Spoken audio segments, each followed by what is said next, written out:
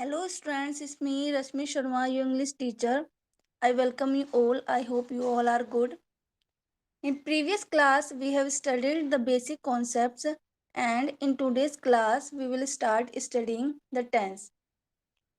What is tense? Tense means time. Time means समय. Tense क्या है? Tense का अर्थ है समय. Tense tells us when an action or a state or an incident happens. Tense हमें क्या बताता है कि कोई कार्य या कोई स्थिति या कोई घटना कब घटित हुई, पास्ट में हुई, प्रेजेंट में हुई या फ्यूचर में हुई. मतलब कोई भी कार्य अब हुआ या अब से पहले हुआ या अब से बाद में होगा. टेंस हमें ये बताता है और इसी के लिए हम टेंस पढ़ते हैं. टेंस के फॉर्म्स कौन कौन से हैं? तो फॉर्म्स ऑफ टेंस है पास्ट, प्रेजेंट और फ्यूचर. जैसे कि अभी बताया कि कोई भी घटना कब घटित हुई, या तो पहले घटित हुई होगी या अब हुई या फिर बाद में होगी, तो इनको फॉर्म्स ऑफ टेंस बोलते हैं. टेंस कितने टाइप के होते हैं? There are total 12 types of tense divided into 4 parts. Total 12 tense होते हैं और इनको 4 पार्ट में डिवाइड किया गया है. कौन कौन से 4 पार्ट है?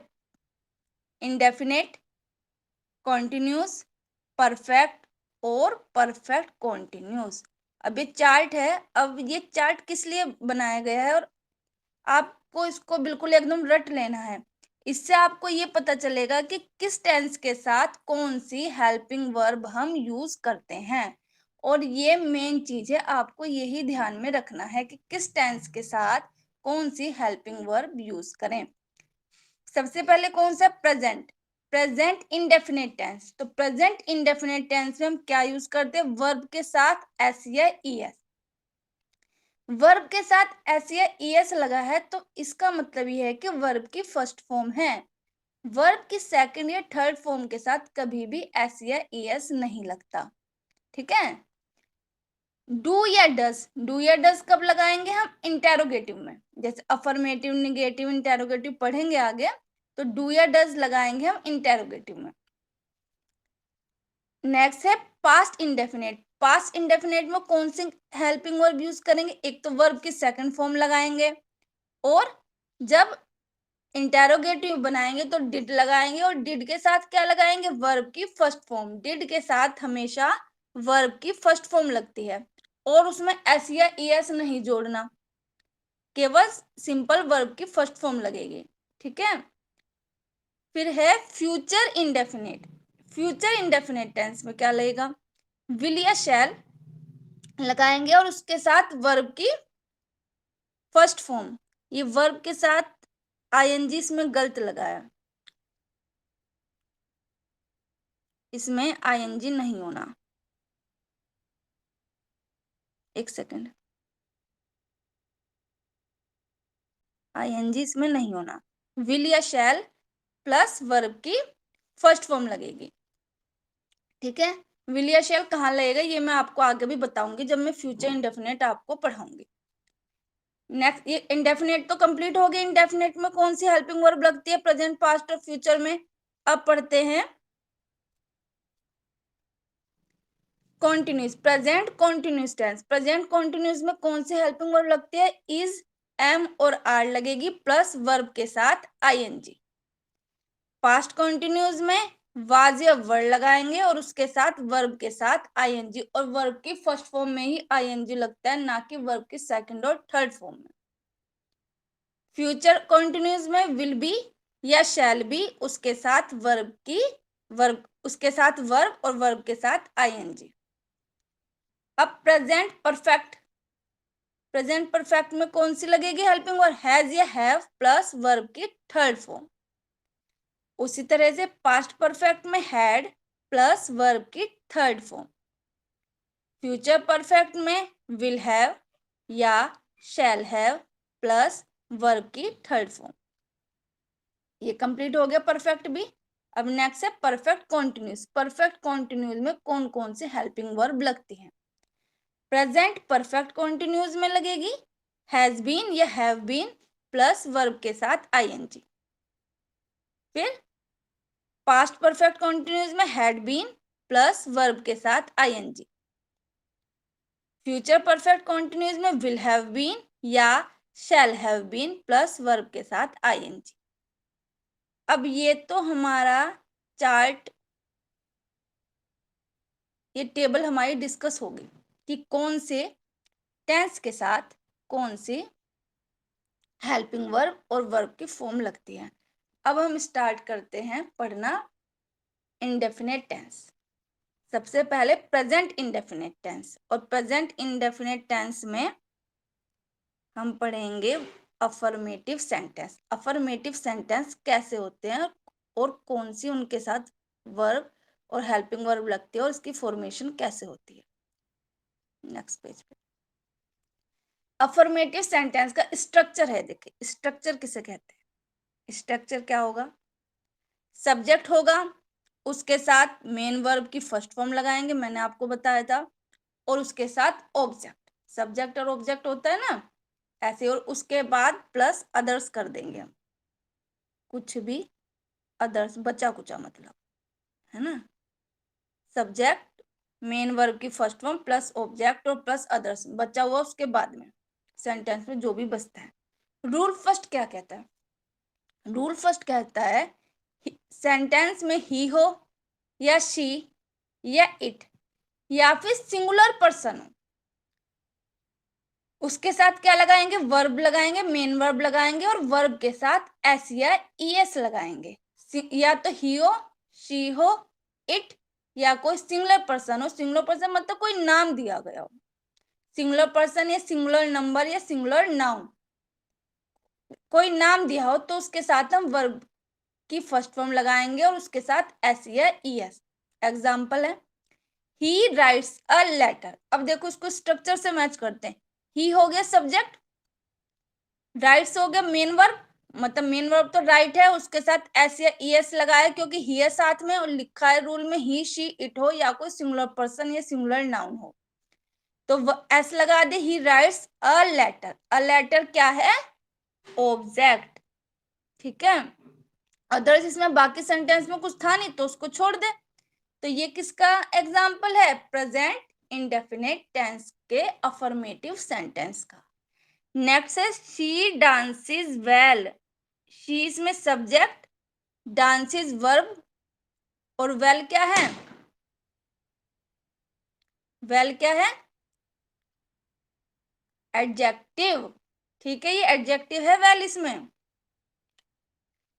कहने का मतलब ये है स्ट्रक्चर के अकॉर्डिंग पहले सब्जेक्ट लगाओ, फिर मेन वर्ब लगाओ, उसके बाद ऑब्जेक्ट यदि हो तो लगा दो। इसमें कोई ऑब्जेक्ट तो था नहीं तो फिर रहने दिया, और उसके बाद कुछ और बचता है तो उसके बाद में लगा दो, लेकिन सब्जेक्ट और प्लस उसके साथ मेन वर्ब का कलेक्शन बिल्कुल एक साथ ही होगा। नेक्स्ट है इट स्टार्ट्स रेनिंग। इसका अर्थ क्या है? बारिश होती है। नेक्स्ट एग्जाम्पल है Mohan goes to temple. Mohan मंदिर जाता है। मोहन क्या है? सिंगुलर पर्सन है या नहीं? तो इसके साथ हमें वर्ब के साथ जब ये हो ही शी इट और कोई सिंगुलर पर्सन तो वर्ब के साथ एस या ईएस लगाएंगे। ये तो हो गया प्रेजेंट इंडेफिनिट के अफर्मेटिव सेंटेंस का। ठीक है, अब नोट देखो, नोट क्या कहता है? नोट कहता है the verb ends with O double S C H और एक्स टेक्स ई एस। अब ये नोट मतलब हमें ये सिखा रहा है कि वर्ब के साथ ई एस कब लगाएं, क्योंकि मैंने बताया था ना वर्ब के साथ एस या ई एस लगाओ। तो वर्ब के साथ ई एस कब लगाएं? जब वर्ब एंड हो रही हो इन वर्ड से, ओ से। जैसे गो है तो ओ से एंड हो रही है तो इसको हम गोज बना दिया, है ना। गोज तो नहीं बनाया। ठीक, ऐसे ही टीच CH से एंड हो रहा है, टीच CH से एंड हो रहा है, तो इसका हमने टीचिस बना दिया, है ना। टीचर्स तो नहीं कर दिया, रोंग है ना, तो इसलिए ये नोट आप ध्यान रख, नोट जहां जहां भी लिखा है उसको आपने अच्छे से ध्यान देना है और याद करना है आपको। नेक्स्ट चलते, रूल 2 क्या कहता है। वी, यू, दे और प्लूरल पर्सन या प्लूरल नाउन हो और उसके साथ क्या लगा दे, मेन वर्ब लगा दे। इसमें अब एस या ईएस नहीं लगेगा, एस या ईएस सिंगुलर पर्सन के साथ ही लगेगा, ठीक है। तो क्या एग्जाम्पल है, we like to have tea, we subject, like verb और बाकी ये बच्चा कुचा क्या हो गया, ऑब्जेक्ट हो गया हमारा, नहीं अदर्स हो गया, ऑब्जेक्ट नहीं हुआ अदर्स हो गया। We like to have tea, हम चाय लेना पसंद करते हैं। You go to school daily, तुम रोज स्कूल जाते हो। दे प्ले द हॉकी, वे हॉकी खेलते हैं। इनमें कहीं भी वर्ब के साथ एस या ईएस नहीं लगाना है हमें, ठीक है, अंडरस्टूड। नेक्स्ट चले, अफर्मेटिव सेंटेंस तो हो गया, अब है निगेटिव सेंटेंस। निगेटिव सेंटेंस कैसे बनाएं, प्रेजेंट इंडेफिनिट में निगेटिव सेंटेंस। तो रूल 1 क्या कहता है, ही, शी, इट हो और सिंगुलर नंबर नाउन हो या सिंगुलर पर्सन, तो उसके साथ क्या लगाएं, डज नॉट लगाएं। डू नॉट नहीं लगेगा, डज नॉट लगेगा। स्ट्रक्चर क्या है, subject plus does not plus main verb की फर्स्ट फॉर्म प्लस ऑब्जेक्ट और प्लस अदर्स यदि बचा कुचा हो तो।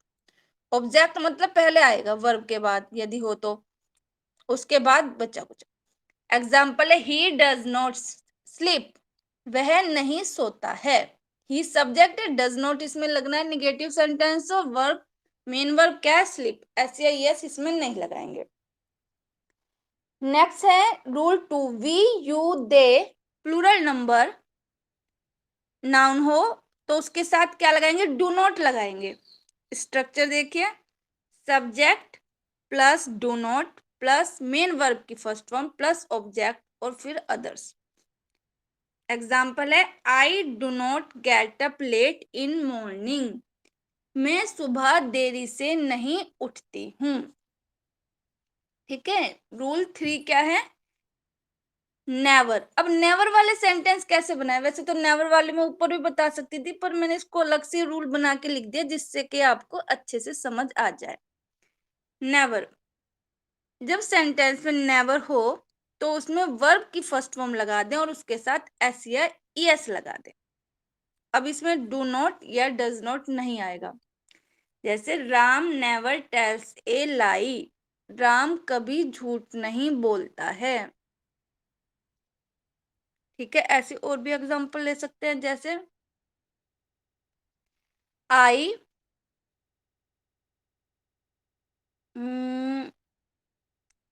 आई never eat, I never eat rice, तो इसमें ना तो मैं डू लगाऊंगी और ना ही इसमें डज लगाऊंगी, मैं कभी राइस नहीं खाती हूँ, ठीक है।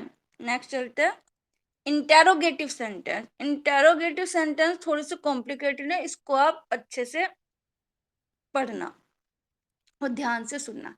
प्रेजेंट इंडेफिनिट टेंस में इंटेरोगेटिव सेंटेंस कैसे बनाएं। इंटेरोगेटिव सेंटेंस 2 टाइप्स के होते हैं। पहले सिंगल इंटेरोगेटिव जिन्हें हम यस नो इंटेरोगेटिव भी बोलते हैं, और दूसरे होते हैं डबल इंटेरोगेटिव जिनको हम WH वर्ड इंटेरोगेटिव या क्वेश्चन वर्ड इंटेरोगेटिव भी बोलते हैं। पहले देखते हैं यस नो इंटेरोगेटिव कौन से होते हैं, सिंगल इंटेरोगेटिव बोलते हैं जिन्हें। It it starts from helping verb, ये कौन से होते हैं, ये सीधा हेल्पिंग वर्ब से स्टार्ट होते हैं। अच्छा, इनको यस नो इंटेरोगेटिव इसलिए बोलते हैं कि जब हम कोई सेंटेंस इंटेरोगेटिव सिंगल इंटेरोगेटिव में बोलते हैं, जैसे मैं बोलूं डू यू लाइक मी, तो आप इसका आंसर कैसे करेंगे, हाँ या ना में ही तो करेंगे, यस या नो में ही तो बोलेंगे, इसका कोई रिप्लाई आप डिटेल में तो दोगे नहीं, इफ आई से डू यू लाइक मी, क्या आप मुझे पसंद करते हो, तो आप क्या कहोगे? यस आई लाइक यू या no I don't like you. तो मतलब आप यस या नो में ही तो इसका रिप्लाई करोगे, कोई कुछ और तो नहीं बताओगे डिटेल में। तो इसको यस या नो इंटेरोगेटिव बोलते हैं। स्ट्रक्चर देखो, डू या does plus subject plus main verb की first form plus object. Others हो तो अदर्स लगा दो, अदरवाइज ये तो अंडरस्टूड है, बच्चा कुछ आप ऑब्जेक्ट के बाद ही लगाना है आपको, और उसके बाद क्वेश्चन मार्क, फुल स्टॉप इसमें नहीं लगेगा। Example, do you tease him, क्या तुम उसे परेशान करते हो या क्या तुम उसे परेशान करती हो। Next, does she teach you, क्या वह तुम्हें पढ़ाती है। इसमें एक ध्यान रखना, अगर इसमें नॉट आ जाए, इंटेरोगेटिव में नॉट वाला सेंटेंस है तो इसमें सब्जेक्ट के बाद लगाएंगे, मतलब does she not teach you लगाओगे, डजंट शी टीच यू नहीं लगाओगे। डजंट शी टीच यू आप बोलने में तो बोल सकते हैं, लेकिन बोलने में तो ठीक है, लेकिन ग्रामेटिकली ये रॉन्ग है। डजंट डोंट हम एक साथ ही यूज करते हैं, लेकिन स्पोकन इंग्लिश में तो यूज कर लेते हैं, लेकिन ग्रामेटिकली ये रॉन्ग है। आप do you not teach him बोलेंगे या does she not teach you, not आपको सब्जेक्ट के बाद लगाना है, ठीक है। नेक्स्ट है, do you not know him, क्या तुम उसे नहीं जानती हो या क्या तुम उसे नहीं जानते हो, ठीक है। ये था सिंगल इंटेरोगेटिव का, या यस या नो। अब देखो ये जितने भी एग्जांपल है, आप इसका यस या नो में तो रिप्लाई करोगे। Do you tease him, yes या नो बोलोगे कि हाँ करती हूँ या नहीं करती हूँ। डज शी टीच यू, क्या वो तुम्हें पढ़ाती है, हाँ पढ़ाती है नहीं पढ़ाती है। तो ये यस या नो इंटेरोगेटिव, इनको इसीलिए बोलते हो हेल्पिंग वर्ब से स्टार्ट होते हैं। आप खुद देखिए ये सब हेल्पिंग वर्ब से ही स्टार्ट हो रहे हैं। डू डस ये पहले लगे हैं। अब दूसरे टाइप के कौन से होते हैं, WH वर्ड इंटेरोगेटिव या डबल इंटेरोगेटिव। WH वर्ड इसको क्वेश्चन वर्ड इंटेरोगेटिव भी बोलते हैं। WH इसलिए लिखा है जैसे व्हाट, वेयर, विच, व्हेन, तो WH से स्टार्ट हो रहे हैं ये, तो इसको WH वर्ड इंटेरोगेटिव बोलते हैं। स्ट्रक्चर क्या है इसका देखिए, क्वेश्चन वर्ड लगा दो पहले, फिर डू या डज लगा दो अकॉर्डिंगली, सिंगुलर पर्सन या उसके साथ, डबल सिंगुलर और प्लूरल के साथ अकॉर्डिंगली, फिर सब्जेक्ट, उसके बाद मेन वर्ब, फिर ऑब्जेक्ट, फिर क्वेश्चन मार्क। स्ट्रक्चर ध्यान में रखना, ये सभी के स्ट्रक्चर आपको याद रखने हैं, क्योंकि आगे ट्रांसफॉर्मेशन में ये बहुत काम आएंगे जब हम ट्रांसफॉर्मेशन पढ़ेंगे। और चार्ट, जो चार्ट में टेबल में आपको हेल्पिंग वर्ब बताई गई हैं। एग्जाम्पल है, why do we pray to god, हम भगवान से प्रार्थना क्यों करते हैं या भगवान की प्रार्थना क्यों करते हैं। तो क्वेश्चन वर्ड आ गया वाई, WH वर्ड जिसे बोल रहे हैं, डू आगे वी डू लेता है, आई और वी डू लेता है, और कोई भी प्लूरल हो, दे हो, ठीक है। प्रे है वर्ब, और टू गॉड क्या हो गया, ऑब्जेक्ट। इसमें अदर्स होता तो पहले उसको लेते हैं और फिर क्वेश्चन मार्क। नेक्स्ट है, where does she go to study, वह पढ़ने के लिए कहाँ जाती है। Next, what do you like in your mother, आप अपनी माता में क्या पसंद करते हो। ये हैं आपके question word interrogative, double interrogative या WH वर्ड इंटेरोगेटिव के एग्जांपल्स। आपको असाइनमेंट भी दिया जाएगा, उसमें आपको 5 sentence of each type of tense आपको बनाने होंगे। नेक्स्ट रूल है, when sentence starts with how much, how many, whose, which, it, sorry, जब सेंटेंस स्टार्ट होता है हाउ मच से, हाउ मैनी से और हु से या विच से, तो क्या होता है, it takes noun just after these words. तो ऐसे सेंटेंस में ये अपने साथ वो ही नाउन लेता है जो इसके साथ जुड़ी होती है, अपने साथ डायरेक्ट ये नाउन लेता है, ना कि हेल्पिंग वर्ब। जैसे पिछले रूल में जो भी हमारा क्वेश्चन वर्ड था उसके साथ डायरेक्टली, जैसे वाई वेयर व्हाट थे, हम डायरेक्टली हेल्पिंग वर्ब ले रहे थे। लेकिन इस रूल के अकॉर्डिंग जब ये वर्ड सेंटेंस में आए how much, how many, whose या विच, तो इसके साथ हम नाउन लेंगे जो इसके साथ डायरेक्टली लगा होगा, उसके बाद हम लेंगे हेल्पिंग वर्ब। जैसे how much water do you drink daily. How much तो word of water, how much कितना पानी, तो पानी क्या है, नाउन है, तो इसके डायरेक्टली हमने इसमें नाउन ऐड कर दिया। How much water do you drink daily, तुम डेली कितना पानी पीते हो, तो कितना पानी एक साथ आए ना, हाउ मच के साथ नाउन कौन सा है, पानी, वाटर, तो हमने उसको एक साथ लिख दिया। How many students, how many students do you have in your class, आपकी क्लास में कितने स्टूडेंट हैं, या कितने स्टूडेंट आप अपनी क्लास में कितने स्टूडेंट रखते हो। तो हाउ मेनी स्टूडेंट, कितने स्टूडेंट, तो नाउन बिल्कुल कितने के बाद आया, तो इसको एक साथ हमने लिख दिया। Next example, whose house do you use to stay, तुम किसका मकान ठहरने के लिए यूज करते हो, तो हुज के साथ हाउस, नाउन हमने इसके साथ जोड़ दिया। नेक्स्ट एग्जाम्पल है, विच British author do you like the most, कौन सा ब्रिटिश ऑथर तुम सबसे ज्यादा पसंद करती हो, तो कौन सा ब्रिटिश ऑथर, विच तो वर्ड है और इसके साथ ब्रिटिश ऑथर नाउन है जिसे हमें ऐड करना। तो इन सेंटेंस को भी ध्यान में रखना है आपको, जब भी ये sentence how much, how many या हुज या विच आए, तो इसके डायरेक्ट आप नाउन लगाएंगे हेल्पिंग वर्ब से पहले। क्लियर है।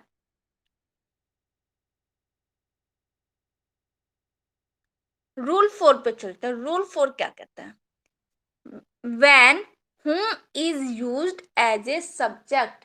अब whom वाला सेंटेंस कैसे बनता है, whom वाले सेंटेंस में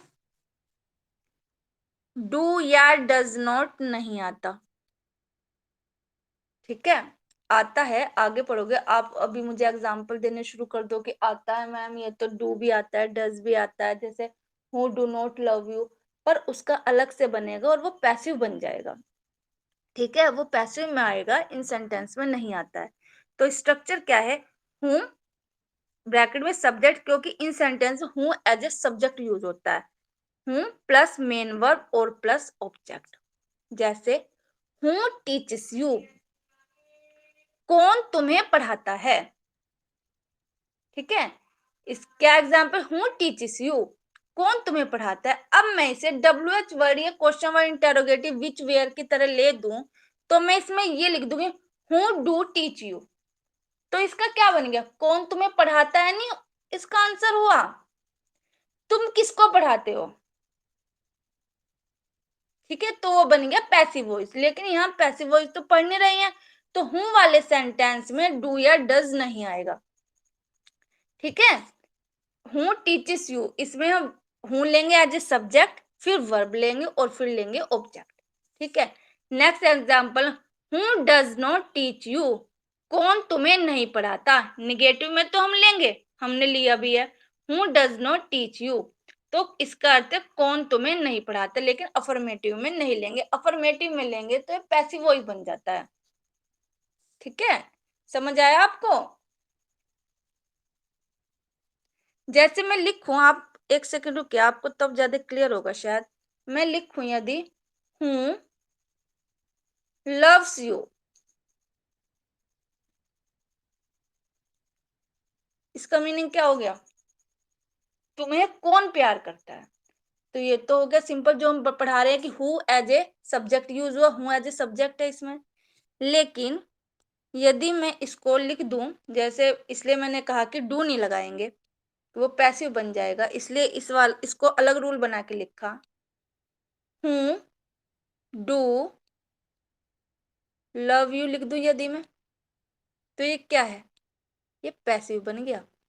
हूँ लव्स यू का अर्थ क्या हुआ, तुम्हें कौन प्यार करता है, और हु डू लव यू, तुम किससे प्यार करते हो, तो वो बन गया पैसिव। ये हम आगे पैसिव वॉइस में पढ़ेंगे, ठीक है। ये यहाँ पे इसका एग्जाम्पल रोंग है, इसलिए बताया कि डू नहीं लगेगा, जैसे कि पहले सेंटेंस में यहाँ पे लग रहा था जब हमने पढ़ाया था आपको।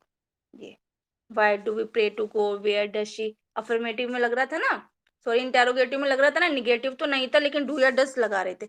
लेकिन हूँ वाले सेंटेंस में ऐसा नहीं होगा, केवल निगेटिव में लगेगा। नोट देखिए, नोट क्या कहता है। नोट, हूँ वाले सेंटेंस में तो हेल्पिंग वर्ब के बाद लगता है, अदरवाइज सब्जेक्ट के बाद लगता है। अभी पहले भी हमने पढ़ाया था, हूँ वैसे तो हर जगह कहाँ लगता है, सब्जेक्ट के बाद। लेकिन अब हूँ वाले सेंटेंस में, सॉरी, नोट कहाँ लगता है, सब्जेक्ट के बाद। लेकिन हूँ वाले सेंटेंस में नोट कहाँ लगेगा, हेल्पिंग वर्ब के बाद। जैसे कि हमने लगाया हूँ डज नॉट टीच यू, ठीक है, क्योंकि इसमें हूँ ही सब्जेक्ट है, पहले लगा दिया। क्लियर है, प्रेजेंट इंडेफिनिट टेंस सब क्लियर है। आज की क्लास के लिए इतना ही। नेक्स्ट क्लास में हम पढ़ेंगे past indefinite tense. Till then keep studying. Thank you.